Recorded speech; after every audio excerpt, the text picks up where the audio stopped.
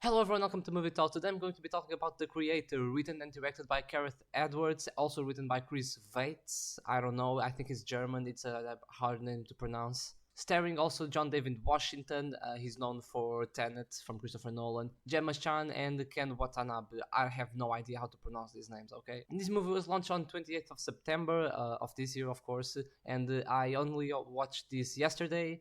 I'm filming this video on the 5th of October, so it passed like a week. Wasn't able to watch this before, but yeah, now I watched this yesterday and I'm making a movie review. The Creator is a science fiction drama film set in a distant future amidst a planet gripped by an intense war between humans, and former agent Joshua is recruited to locate and kill the Creator, a mysterious architect responsible for developing a weapon capable of ending confrontation of the whole humanity. Joshua and his teams then set off for dark AI occupied territory, but end up making a shocking discovery. So let's get the elephant out of the room. Everyone that has seen this movie has complimented the visual effects, and it is something that you have to compliment really, because it's something out of this world with a budget of only $80 million. And when we say only 80 million, is because nowadays we can see that every movie is passing the mark of 200 million. And yes, $80 million, it's still a really huge budget, but compared to nowadays, it's not that high. With movies like Fast X, Indiana Jones Dial of the Destiny, even Black Widow, I think it was in 2021, movies that as a visual experience, they're not that appealing, and both of these three movies have costed more than $200 million.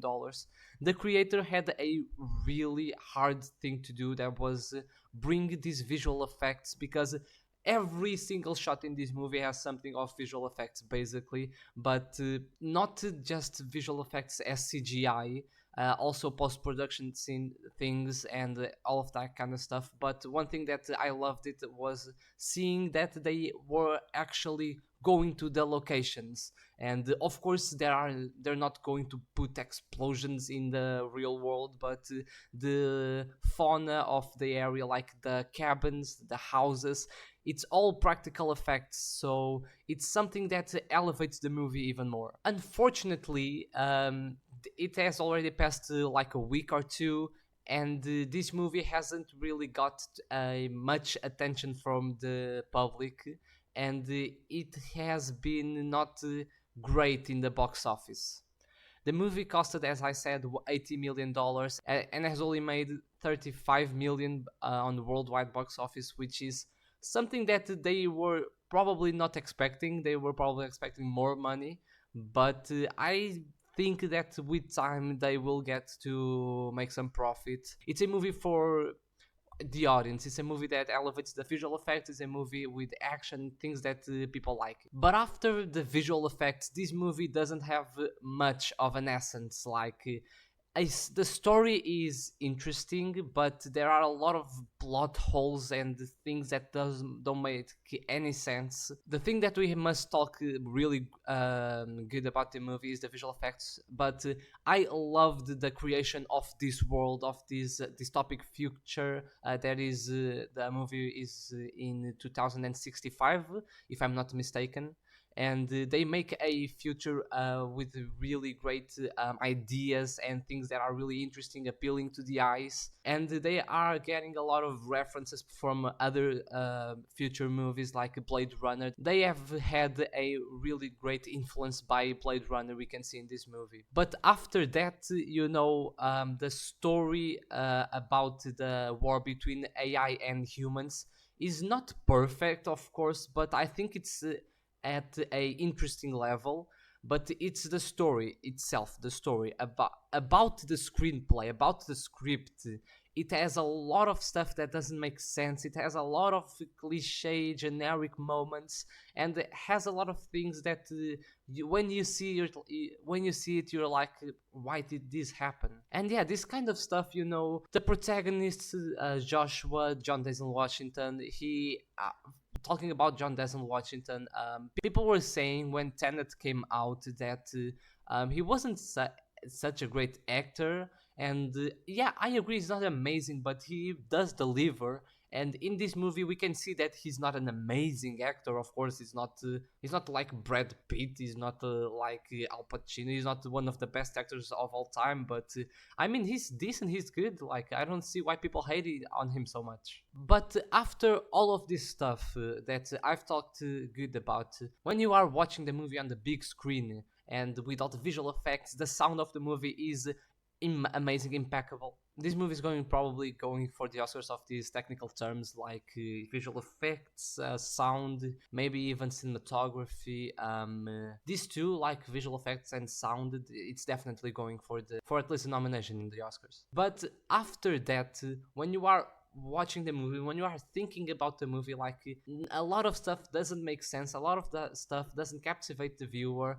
There is a lot of cliche moments of action movies in general, and just stuff that the director or the writer couldn't hide, that was really I don't want to say stupid, but I don't have any more adjectives. I watch a YouTuber about cinema, of course, and he was saying that the movie was too long. Like, the movie should have ended 30 minutes before it did. But I think the movie has a good duration. I don't think the time is a problem. Like, the movie has 2 hours and 13 minutes, so I think that's okay. Like, yes, I'm pretty sure they could have cut out some moments, maybe 10, 15 minutes, but it's not. I think the movie fits well with his premise. Another thing that I have to comment is the characters. Like, apart from three main characters, that is Joshua, the AI kid, and Joshua's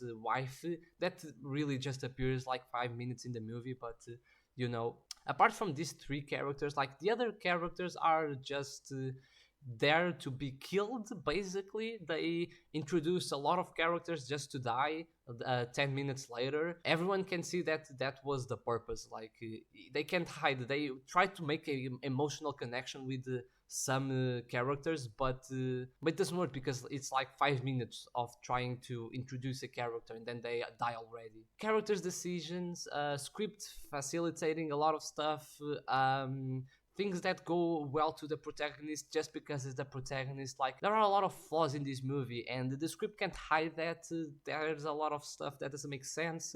There is a particular scene in the movie that a character is walking in a bridge, and there are like 50 AIs shooting at him, and the character doesn't get a single shot. And that happens once, of course, but moments like this happen throughout all the movie. And it's something that affects me a lot, probably affects the rest of the audience, and affects anyone that watches this movie, because there are literally a lot of times where you can see that it's poorly done, it's poorly used, a lot of characters, and the main thing that we get out of the movie is just the visual effects and this kind of world that is interesting, but apart from that, you don't have anything else. One thing that I was expecting more of the movie was Hans Zimmer's score, because I saw again the YouTuber that was saying that the this Hans Zimmer score was perfect, was one of the best works of his career. And then I was watching another YouTuber saying that it was completely awful, horrendous. So I didn't know where to find myself when I went to watch the movie. But as I was watching, I was I was listening to the soundtrack, and I was like, it's okay. It's an okay soundtrack, nothing bad. It's not bad, it's not great, but it's in the middle. For the creator, I give a 7 out of 10. This was the video, guys. If you want to watch this movie, go watch it in the theaters. Don't wait for it to be on the streaming services. Don't try to watch this on your television, because yes, the television nowadays is big and you can have a good immersive experience, but in the theater is just so much better. So if you want to watch this movie, if you are interested by the story, go watch it on the theater, go watch it on the cinema. I didn't watch it on IMAX. I don't think it's really needed, but it probably has a better experience than just a normal theater. But this was my review, guys. If you agree, say it on the comments. If you don't agree, also comment here. Leave your comments basically to of the movie. I hope you enjoyed this video. I hope you can enjoy my channel as well. And I'll see you guys next time. Bye.